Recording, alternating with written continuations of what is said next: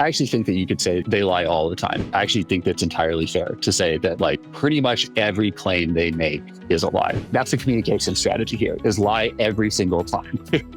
And you create your own reality. The PR industry and the advertising industry have been enormously influential in the way that people understand climate change and understand climate solutions. The gap between the public communications associated with that, it's still a fraction of what the oil and gas industry is spending to defend their investments. That to me is shocking. Oil companies investing in renewables. Doesn't exist. They don't do it. No, those are your enemies. You should fight them. On this episode of Decarbonizers, I'm joined by Duncan Meisel, Executive Director of Fossil Free Media, the organization behind Clean Creatives, a campaign challenging advertising and PR firms working with fossil fuel companies. We discuss how media, messaging, and public perception shape the energy transition, the rise of greenwashing, and why the battle for decarbonization isn't just technological, but psychological. This is Decarbonizers. All right, Duncan, welcome to the Decarbonizers podcast. Glad to have you here. My pleasure. Thank you for having me. All right. So for people unfamiliar with Fossil Free Media, what exactly do you guys do? Fossil Free Media is a nonprofit media lab that starts campaigns to address the economic and cultural power of the fossil fuel industry. So we've run projects, or some of the projects that we run that exist now are the Make Polluters Pay campaign in the US, which is advocating for climate superfund bills that will have fossil fuel companies made financially responsible for the damage they've done knowingly to the climate. And also a project called Clean Creatives, which I started, which is working within the advertising and PR industry to cut ties with fossil fuel companies. And they have about 1,500 agencies around the world in 60 different countries who have pledged not to work with polluters anymore, which is very exciting. That's awesome. And how did you find yourself working at the intersection of climate change and media? I worked at an organization called 350.org for 6-7 years. What we did at 350 was movement building. We organized people to take collective action on climate issues. That sometimes took the form of global days of action where people would do, pick a day, do rallies around the world, calling for accelerated climate action. And then also campaigns. I worked very heavily on organizing people to defeat the Keystone tar sands pipeline, which is supposed to be built to the United States and bring tons of polluting oil infrastructure into the US. We also started the divestment campaign from fossil fuels in 2012, which has moved now trillions of dollars out of investments in fossil fuels. So we were a big mass mobilization team. And my role within that was usually digital communications. Email, social media primarily. And just after, a bunch of years of working on that, we kind of looked at the world as it was. And I moved on and Fossil Free Media started in 2020 with Jamie Henn, who's one of the co-founders of 350, started Fossil Free Media. And with the vision of providing kind of a more nimble source of communications and media support to movements than sometimes organizations can do themselves, because organizations hold a lot of relationships. They have to manage a lot of staff and capacity, and sometimes communications doesn't end up being the top priority. So we provide that support to organizations that need it. Awesome. Yeah, it's funny that you mentioned that, because I think whenever most people think about climate change, they mostly think about just policy and the actual technology itself. They don't really think about PR or advertising at all. No, the PR industry and the advertising industry have been enormously influential in the way that people understand climate change and understand climate solutions.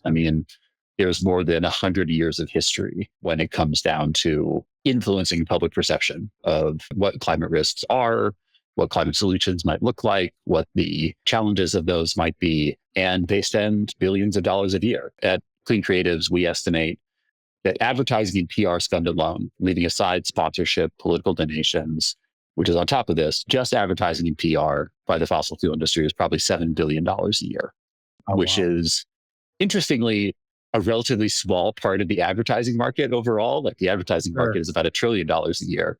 But in the context of influencing policy outcomes, a gargantuan sum of money. That's like 7 presidential campaigns a year worth of money. And then add on top of that, sponsorships of sports teams, sponsorships of cultural institutions like museums, political donations directly. We know there were $445 million of political donations in the 2024 election from oil and gas. It's a ton. It's a lot. They invest a lot in this, and they see public opinion as a very important threat and opportunity for their business. And they've made it a priority to influence public opinion over the last 100 years. Okay. And right now, where is like clean, like technology and sustainability in terms of like that, in terms of spending? Too small to track. I mean, it's embarrassing, frankly. I mean, I would argue, let's just look at the numbers, the investment numbers. Last year, 2025, the oil and gas industry got $1 trillion in new investment to expand their, infrastructure footprint. The clean energy industry got double that. Double $2 trillion of investment in clean energy last year. And the gap between the public communications associated with that, I mean, it's still a fraction of what the oil and gas industry is spending to defend their investments. And that to me is shocking. I mean, there's such a mismatch here. When was the last time you saw a clean energy ad on your TV or pre-roll on YouTube or on social media, right? Like you can just go into Facebook Ad Manager and look at the different brands and the different properties associated with clean energy versus advertising and PR for fossil fuels, whether it's the companies themselves, the American Petroleum Institute, American Fuel and Petrochemical Manufacturers, the Edison Electric Institute, all of their front groups. I mean, we're getting blown out of the water. And I think you can make different assumptions about why that is, but that's almost less important than the fact that the gap is so super real. And I think everybody needs to come to terms with that. Yeah, makes sense. I guess like when it comes to like understanding like climate change and everything, like how much of it do you think it is really like psychological, or do you think people are getting the right like messaging for it? Because there seems to be like doom and gloom stuff, and then there's some stuff that's related to like optimism. But and then of course like technology, they don't even talk about the actual climate impact. They just say like, hey, this is an electric car. Isn't it great? Yeah. I mean, I sort of like have joked with people before that for some reason in the course of climate communications, we decided that the only two emotions are hope and fear. And actually, I think there's like lots of different feelings that could be associated with climate change. I think a lot about worry as a very specific kind of balance between hope and fear, where you understand that there's something you could do but haven't done yet. There's just concern. You could have frustration, anger, we don't have to just think of this as like this very boring binary between hope and fear. Emotions you can have all sorts of feelings about climate change and clean technology. I think a lot about fandom, right? One of the more interesting places I've seen communication about clean technologies on YouTube, where it's just people hooking up batteries and being like, look what I can do. And like, here's the latest battery pack. Here's what it's capable of. Let's compare this solar panel to that solar panel. Yeah, that's sort of like fun, interest, curiosity is an emotional register that I think you get tapped into. I just think that like, if we're going to be effective communicators about this issue, you have to think about the whole range of human emotion. You can't just be hope or fear. Yeah, absolutely. Overall, I think it's the best of times, it's the worst of times. There's a very funny contrast. Funny in the sense of worrying. On the one hand, climate concern is consistently very high. The level of expressed climate concern among Americans now is as high as it's ever been. There's no decline in like the number of people overall, raw numbers who care. There's consistently very high support for climate solutions. 80% or more of Americans support rapid clean energy build out on public lands, something the Trump administration has actively stopped. 90% of people support policies to rapidly deploy heat pumps, which is a very vital, climate solution. There's like really high support for this stuff. The problem is that no one knows it. So I've been reading a bunch about this concept called pluralistic ignorance, which just refers to the gap in between people's expressed opinions and their assumptions of social norms. So again, if you go to this renewable energy siting on public lands, 80% of people support it. You ask them, but then if you ask that same group of people, well, how many people do you think support this? They say 43%. And so it's almost a 2-to-1 gap between like actual demonstrated support and assumptions about support. And I think that gets back to the effect of the advertising spend by fossil fuel companies. I mean, they've worked so hard to make it seem like there is a consensus in economics, government, Right. politics that this is necessary, and there's, we can't turn off fossil fuels tomorrow, and that everybody's okay with this, and they're just not. The effects, this like pluralistic ignorance gap, the results are very consistent.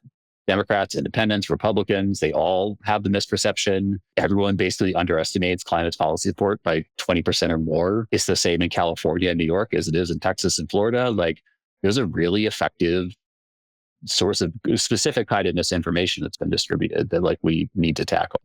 What else have they done really well, the fossil fuel industry? Because it sounds like they're playing really good defense, and it sounds like they are spreading misinformation at times.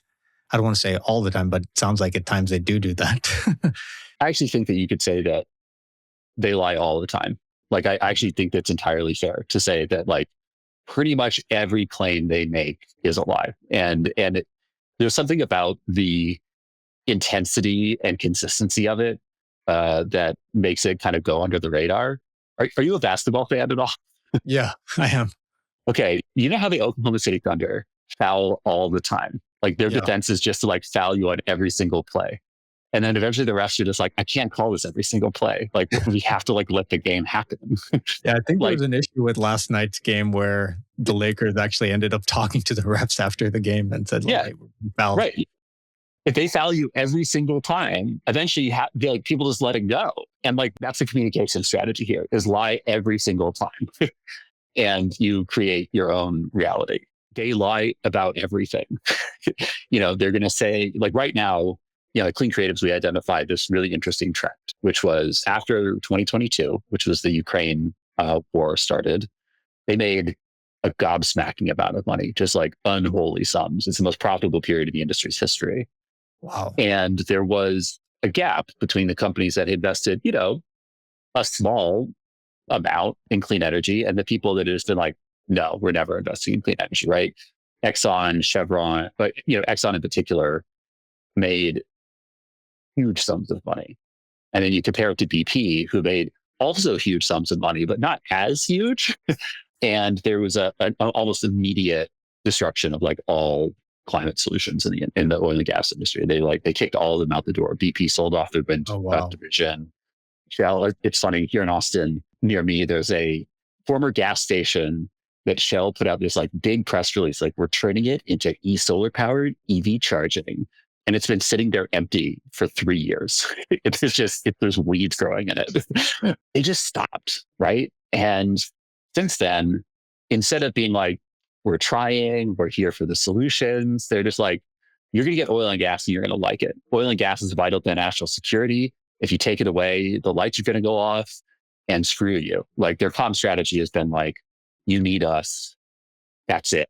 End of story. And some of the industry has been there the whole time, right? Like Energy Transfer, which is a very prominent pipeline company led by someone who loves Confederate statues. He loves Confederate statues. He has so many of them on his house and his ranch. But their communication strategy is they have these ads where you'll see someone like in a hospital, and then all of a sudden, like, the lights turn off and all the hospital equipment disappears. And it's like, this would be your life without oil and gas. And so like some of them have always been doing this, like, you need us and screw you. But now that's the industry norm. That's everybody, is that you need us and there's nothing you can do without us. And what we're finding out now through the war in Iran is that actually maybe they're not needed. That maybe actually, we have this like excess solar capacity in China and excess battery production capacity. And like, maybe that's just all you need and you don't need them. I don't know. It's like, even the stuff where they are like trying to be very nuts and bolts, oil and gases and everything. People love to, I talk about this, like, you're wearing plastic glasses right now. And I'm like, actually, it's made from acetate, which is made from trees. So not even true then, but we actually don't need them. And they don't have to be doing climate denial. They don't have to be doing greenwashing to be lying. They can be lying about even the basics.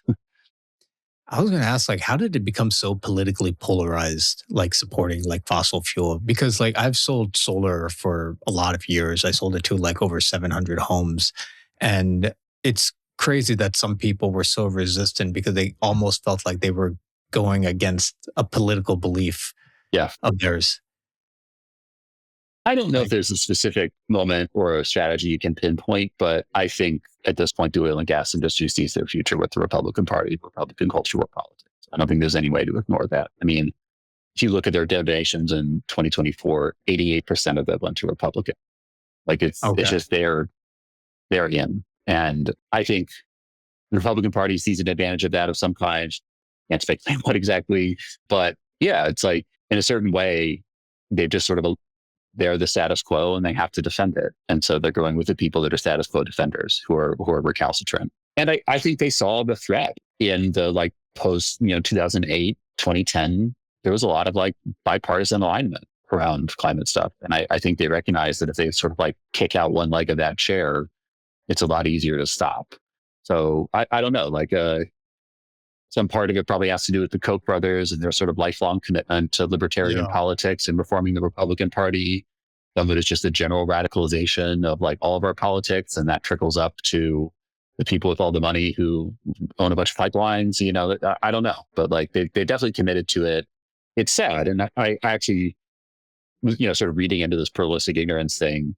There's also sort of a weird assumption that like everybody else assumes that public opinion on climate change resembles the Republican Party, right? Like, let me see if I can actually find the exact quote because it's so fascinating. We can link the article later. Yeah. When Democrats, Republicans, and independents estimate how the nation feels on these issues, this is related to clean energy, their estimates of other American support for these policies only really resemble actual Republican levels of policy. So we just sort of assume that the Republican policy positions and public opinion positions are the default. That's wrong. It's just not accurate. Wow, interesting. Regarding, so I want to ask you about like clean creatives. So Yeah. you focused on advertising agencies and PR companies instead of actually going, well, I shouldn't say instead, but like what made you want to focus on that more than trying to talk to like actual energy companies, like utility companies, as well as, I guess, some of these fossil fuel companies? Well, I mean, if you try to talk to the oil and gas companies and the energy companies, it's like they've made their preferences known, right? To the point where they're investing 99% of their capital expenditures in oil and gas expansion. What's the real value here? And like trying to talk them down. Like they have too much money on the table to be persuaded otherwise. And if they're expressing their interests and their strategy in terms of their money talks. And what's the point in having a conversation with someone who's committed to destroying the planet and is putting, $20 billion a year behind that? It's just ridiculous. Clean Creatives was started with the theory that the oil and gas industry needs advertising and PR. They invest so much money in it because they see it as valuable. They see it as part of their core need. At the same time, the advertising and PR industry is made up of people who don't align with the oil and gas industry. They're based in big cities. They're creative people who, and creative communication requires a level of like empathy and public concern. You have to listen to people, and they understand this issue. They understand that climate change is a threat and that fossil fuels are part of the problem. They don't particularly like working on these clients. So we just saw an opportunity to kind of separate the oil and gas industry from something it needs by working with the people in the industry that they need to point out that this is wrong. Like it's wrong to mislead people on climate change. It's wrong to advocate for policies that are going to destroy the planet. And, a few years ago, New York, where a bunch of these ad and PR agencies are based, the sky turned orange because of wildfires from Canada. People couldn't go outside. And we had people messaging us who worked at those agencies being like, I have to go in today to pitch Shell through the smoke that's caused by climate change. It's like burning down half the Canadian forest. And it's like, that's just intolerable. Like that's not something that's just like economically sustainable for a talent-driven industry. It's torment for the people involved in it. So we just got a lot of resonance and a lot of people connected with the message really strongly. And I'm really excited that the new executive director, Laura Ronzato, has been doing an amazing job of kind of building the community to be really strong advocates in a time of kind of crisis for advertising and PR because of AI and because of just economic contraction and the role of big platforms like Meta and Facebook, that a lot of people are saying, no, actually, if we're going to survive in this like, really competitive, tough economic environment, we need to attract the best creatives. And we're not going to do that unless we're able to say, we're not going to help you destroy the world. We're going to be part of the solution here rather than part of the problem. So yeah, I mean, if you're listening to this and you're involved in advertising and PR, I really encourage you to connect with Laura, to connect with the Clean Creatives team. They're building an amazing community. Awesome. Fantastic. I was going to ask you, can you explain the term greenwashing? Greenwashing is just a fancy word for lying. Okay. it's just some examples of that too. Yeah, no, greenwashing is just lying about your climate or environmental credentials. So, it could be one of my favorite lies about this was one that Exxon told for years, which is that they were making oil and gas products from algae and algae fuel. and in fact, we have emails from Exxon where they are sort of talking to their ad agency, and the ad agency, which is BBDO, was like, okay, we're going to make these ads about your algae fuel. And then the Exxon scientists were like, that's not really accurate. I don't know if we can say that. And then the PR people will come in and say, yeah, we can, let's do it. They were saying they're making fuel from algae. They never sold an ounce of it. Like they never distributed it to anybody. It never approached economic feasibility. They never even planned to. Like, right? They had a bunch of vats and they were trying it out and it wasn't working. And they were still running hundreds of millions of dollars of ads about it. Wow. And it's just like that. I don't know a better word for that than lying. Like you can call it greenwashing, but like you advertised a product you never intended to sell. Like that's crazy.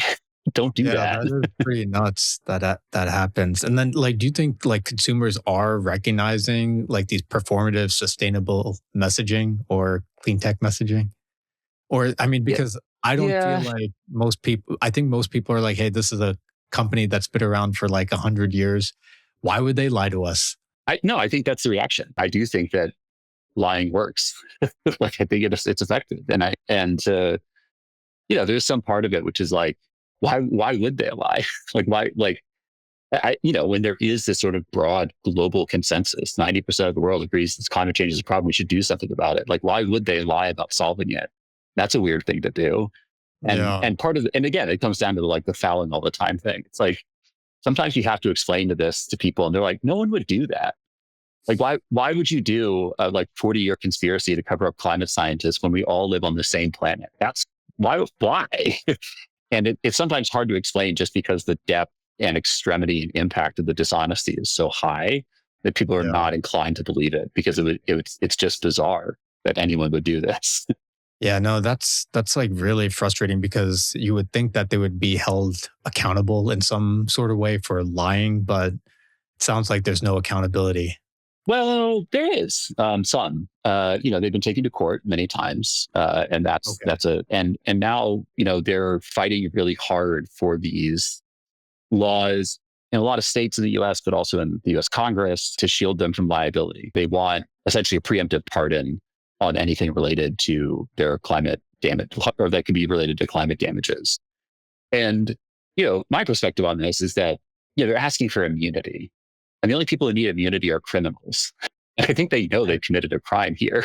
You're not going and spending money on Congress and the president to be like, please make us immune from prosecution unless you have something you can be prosecuted for. It's both very dangerous and very frustrating, but also an extraordinary confession that they see it as vital to their business to be made immune from legal liability related to climate change.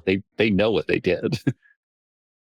Wow. So one thing I wanted to ask you is there was a time, I think in the US and probably in the world where cigarette advertising was rampant and then it eventually became culturally unacceptable. Do you think that can happen when it comes to fossil fuels? Well, I mean, it's not just that it was made unacceptable, it was banned. You can't do it. It's against the law. There's this amazing statistic about cigarette advertisements in the US, which were legal up until 1970. And you can look at cigarette consumption in the US, and it does this, going up, and it reaches a peak. And at 1970, it just goes down. And it goes down forever. Advertising stopped. It was banned. In 1970. Yeah. Okay, it was banned in 1970. Wow. There's the reason it was banned was because there was also an increasing scientific consensus that cigarettes were quite bad for you. And, all of that science had an effect on public opinion as well. But I think it says a lot that without the kind of messaging infrastructure behind them without Right. seeing this on TV all the time. People do it a lot less. And a big part of the settlements with the tobacco companies in the 1990s was banning cigarette advertisements in sports. Was a huge thing that they invested in. Ironically, the place that the oil and the gas industry is investing now as well. Anything near or around children. There's Yep. lots of things that were sort of outlawed. They couldn't use cartoon characters anymore. Yeah, all that stuff really worked as a public health strategy. And I think if you go to the biggest ad exchanges in the world, which is Google, Facebook, Meta, they have policies that ban dangerous products. You can't sell guns on their platform. Yeah. You can't sell tobacco on their platforms. Oil and gas is a dangerous product. It's destroying the earth that we live on and like polluting the air we breathe. More people die every year from oil and gas or from fossil fuel pollution, from particulate pollution, PM 2.5, than from cigarettes. It causes more cardiovascular disease than cigarettes, right? So like, why shouldn't we ban those ads too? They're just as dangerous. Yeah, exactly. No, I feel like I've seen like a couple of ads and I'm just like, oh, okay, they like Chevron and Shell can advertise. I guess. They can advertise. Yeah. They love advertising. It's one of their favorite things. Yeah. So one thing I wanted to talk to you about is like messaging. So when I was selling like solar door to door in California, I would go to these homes and I'd talk to them at first. This is when I was like new. I used to talk to them about like, hey, this is like really good for the environment. So even like the biggest tree hugger didn't really care as much about that, as much as when I told them, when you get solar in your house, you are basically locking in a lower rate for electricity for the life of the system, which would be like 25 to 30 years. Yeah. So they like the fact that basically they are hedging against inflation, kind of like locking in like your mortgage at a low price. They lock in their electricity price at a low price.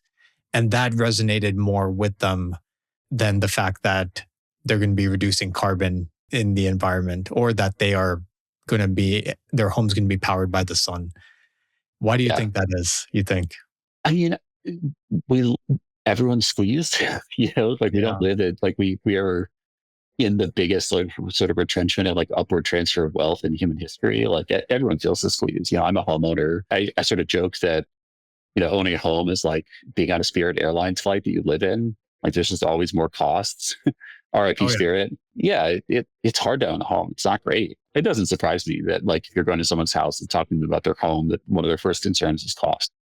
Because the plumbing is going to break, because something else is going to go wrong. It's going to hail. But I think you can still sell the sizzle. I think people feel good about it. I think they're like, the cost is right, but like, oh, I'm also doing something good for the planet. I think that's a nice feeling. And I don't think you have to see those things as an opposition to each other. I think you can see them as like mutually strengthening. Obviously, you have to sell the cost. It has to be doable. I know some people who bought it when it wasn't economical. It's not a mass market, but they did it because they wanted to. That certainly was the case for Tesla for a long time. Those cars aren't cheap. We're just reaching EV price parity in several markets like this month. So I don't know. Like, I think you can sell both. And I don't think there's anything wrong with being like, this is affordable and it's good for the planet. Sign me up. That was one thing I definitely noticed, that once it did get installed, they actually were like, hey, I am going to save money, but it is also good for the planet. And I like the fact that I'm putting like a new technology on my roof that improves the world somehow. Yeah. And it's like, you might be excited that you're saving money on your refrigerator. Yeah, that's cool. Right. But like, if you want to create evangelists for the technology, for climate solutions, just seem like it saves you money. It's not going to that just turns you into a salesman. But if you want to be an evangelist, if you want to have a community of people who are excited, who are like, they want to tell their friends about it. They want to use word of mouth marketing, which is the essence of like any effective, brand. Yeah, do something good too. Like that's exciting. Yeah. I'm wearing my Patagonia hat right now, right? Like it's like sort of the same price as another hat, but I know it's going to go to something good. I know the company invests in like stuff that I support. Like, that's what sort of turns it from like cool, sure, to this is something I'm excited to tell people about. So yeah, do both. Why not? Yeah. One thing that was kind of cool that happened recently. Well, let me explain this whole thing. So we lost power for about 2 hours in my neighborhood about 3 months ago. Uh-huh. And I have a battery on my house connected to solar panels. Nice. And a couple of my neighbors like knocked on the door and they were like, "Hey, how do you still have power?" And, I explained to them like, "Hey, I have a battery and solar." And they're like, "Oh, okay." And a couple of them, like, I explained to them like the benefits of it and all that. And a couple of them looked into it. And I know a few of them already like signed up and they're going through the permitting process to Awesome. basically get it. But they see it as like a real solution to like a problem that will most likely happen again. And, In some of Texas, them, yes. yeah. So I was really happy that they recognize like, hey, this could be a good solution to a problem that will happen. And I don't necessarily need to get a gas generator for my house. Hey, there's this other technology out there where it's a battery connected to solar panels and it can just recharge my battery Yeah. always. And it's quiet. It doesn't make noise. I don't have to fill it up with propane. And that was just way easier for them to understand once you kind of like saw the two solutions next to each other. I love that story. And we know that solar is contagious. When people see it in a community, their neighbors Yep. are so much more likely to get it. And I'm looking at my neighbor across the street has a gas generator. And it's the sound at every blackout. It's just like, oh, things on again. Yeah, I mean, it's so great. And it's why I'm excited also about like products like Base Power, another Austin-based Yeah. company that I think is Base really power cool. here in Austin. Yeah, and they just opened up to Austin Energy customers, which I am. I jumped on Oh, that lately. awesome. Yeah. Yeah, very cool. No, no, So they're doing yeah, really good work there at Base. I'm it really impressed with some of the stuff they've done, and they're becoming like an actual energy company and yeah. putting backup battery on the houses. And as you know, this is a very fragile grid here in Texas. I mean, yeah, mismanaged from left to right. Yeah. All right. So I wanted to ask you about social media. Are there climate influencers and are there any that the audience should know about? There are. I mean, and I think you sort of have to find your lane. There's you have to find stuff you like about it. I mean, I enjoy a dorky energy podcast, so I listen to Volts all the time, and I think you can look at Volts or the stuff that like Jigger Shaw's Medi podcasts or something like Yeah. that is like a really valuable source of like realism and optimism at the same time. That is great. One of the friends we worked with at Clean Creatives is Jacob Simon, who does these sort of daily updates of climate optimism, and has started a YouTube Awesome. channel that I love, kind of investigating hope punk, solar punk solutions, kind of like here and now, hands-on climate solutions we can investigate. So I think that's also a great solution. I like Climate Town, which is a YouTube channel that does kind of like humorous, investigative pieces that are long form and a lot of fun. But it's like there's a wide variety of amazing fashion influencers who are looking at sustainable fashion. Sustainable beauty is a really big source. So like, I don't know, I think find like your own thing. One of the things that I recommend to people who want to like be better informed about climate change is just find like two newsletters you like. Just do two. I love Bill McKibben's newsletter. It's always, he has a wonderful source of righteous anger when needed, but also I would say solar pilled and is like very excited about the rollouts of clean energy that we're having right now. Yeah, I think find your channel, find a few people to follow. I think people look at climate stuff and they sort of imagine they have to become deep experts, and they don't. You need like a source of reliable information that's, kind of in your radar consistently.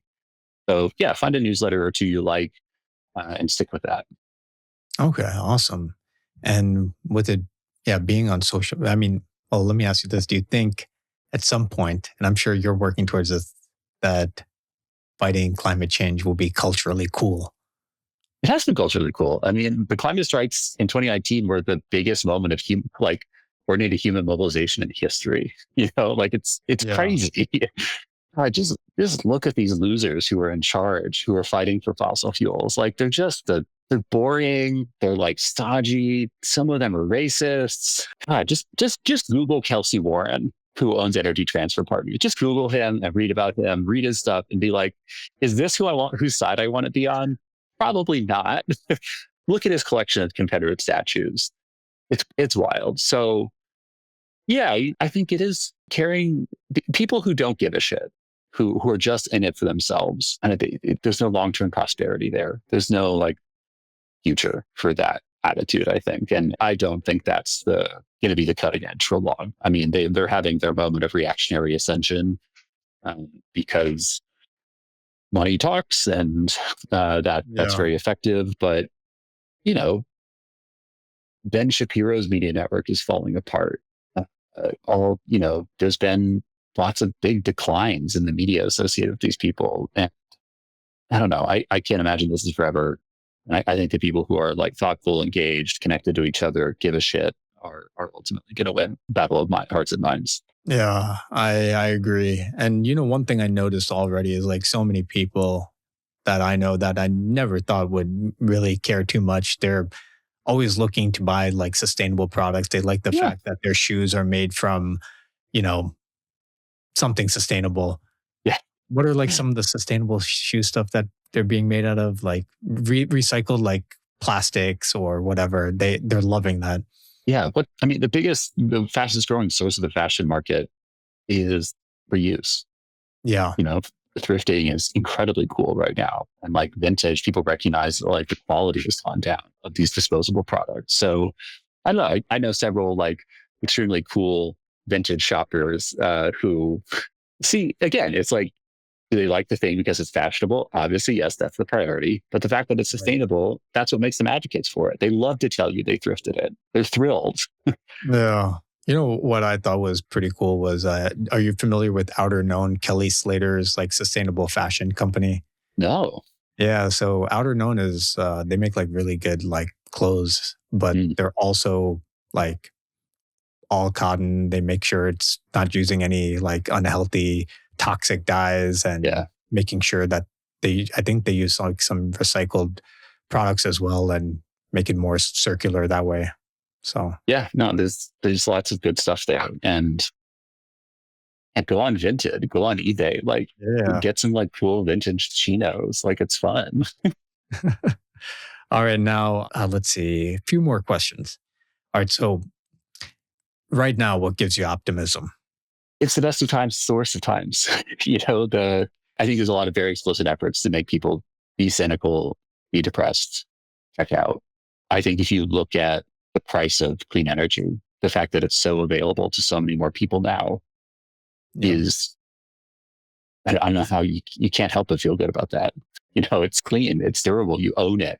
You never have to walk, you pick up your CPG cans again, like all the stuff that like is bringing energy to people who really need it, or getting it for the first time, or who are turning off dirty diesel generators or something like that, or like never using, crappy smoky cook stoves again. That's so exciting to me. Just the fact that we can like really raise the bar for people around the world to access electricity, which we know is a like economically, socially, and personally transformative technology. That's awesome. And you just you never know. Like that's sort of been the problem we face for the past 10 years. Like who knows what's coming next, but also who knows what's coming next? Like it could be yeah, anything. So I think everyone is constantly shocked by how effective solar has been as a clean energy solution, how quickly it's reaching people. I think we'll continue to be shocked. And I think you just have to, if you have hope in that, we've looked at for years, and this is still happening, the climate system has had these feedback loops where it's rapidly intensifying, like climate damages are rapidly intensifying at a pace that are unprecedented. And I think those things work in reverse too. I think that you can have nonlinear change in reverse for the better. So, and our planet's very resilient. This is an extremely widespread consensus that something needs to be done. And I think if we embrace that and give people the tools to face it, they will do so. awesome. And then I was going to ask, like, is there what organizations right now are communicating very well on clean technology, sustainability, climate change that I gives don't you? think we have a lot of real leaders right now in the way that we Okay. need. This is something that I'm seeking to work on, is sort of develop some voices. But I think, some of the creators we talked about are awesome in our built community. I think we kind of don't know what organizations look like in 2026. That an organization, even like the one I worked with in the last decade, driven by email uh, and web, open web, a lot more time on devices, time spent is on vertical video. is Yep. on these on platforms that have really difficult algorithms to consistently connect people with. There's like a different shape to all of this that I don't think anyone's quite nailed yet. And we're just dealing with a period of both political transformation and social media transformation that no one's quite fully reckoned with. So I don't know if there's any one single winner that like leaps to mind, but I just encourage people to find other voices that they resonate with, listen to them, and think carefully about what they like about them so that they can do that too. Okay, awesome. All right. So I have this final segment. All right. Great. This is basically going to be your real take. I'm going to give you a word. I've been or real with you phrase. the whole time. I want you to know. Awesome. So I'm going to give you like a word or a phrase. And if you can give me a response in one sentence or less Okay. on what your thoughts are on it. Great. So when you hear the word carbon offset, Oh, scam. Okay. Yeah. AI data centers, Unneeded. nuclear energy, I'm going to go with unneeded again. We have way, way too many batteries and way too many solar panels to wait around for a decade for carbon-free electricity. got it. Net zero pledges, Starting point. okay. Climate influencers. Allies. All right. And then last one is oil companies investing in renewables. Doesn't exist. They don't do it. I mean, this is just, I'm going to break the rules here, but like, you can track how much they spend on renewables. It is less than 1% of their cash spending, less than 1%. And it is way more than 1% of their marketing. And I just, there is somehow this myth that they're vital players in the industry in renewables and clean technology, and they're just not. We do not need them. And they aren't spending the money on it. They make them an extremely small percentage, like a shockingly small, less than 1% of like global investments in renewables. Like, no, those are your enemies. You should fight them. So you would say that investment is just a lie, pretty much. Yeah. I mean, it's minuscule. It's such a marginal piece of their business. It's like, I don't know what the right metaphor for it. Like, there's no other company that does this. It's like McDonald's advertising themselves as a toy company. They hand them out in Happy Meals. It's like, no, your product is burgers. It's like if McDonald's only advertised toys, you'd be like, that's weird. Don't you sell burgers? And that's sort of what we're getting from oil and gas companies now. Awesome. All right, Duncan, thank you so much for joining us on this podcast. It was really a pleasure having you. And I'm going to be like interviewing a lot of like clean tech companies on this podcast, but really nice to hear your point of view on this. And I think the work that you're doing is very important for climate change. Yeah, my pleasure. Thank you for having me on. Thanks for listening to Decarbonizers. If you enjoyed this episode, hit like and subscribe, and join us next time as we explore more awesome ideas driving us towards a net zero future. Thank you so much.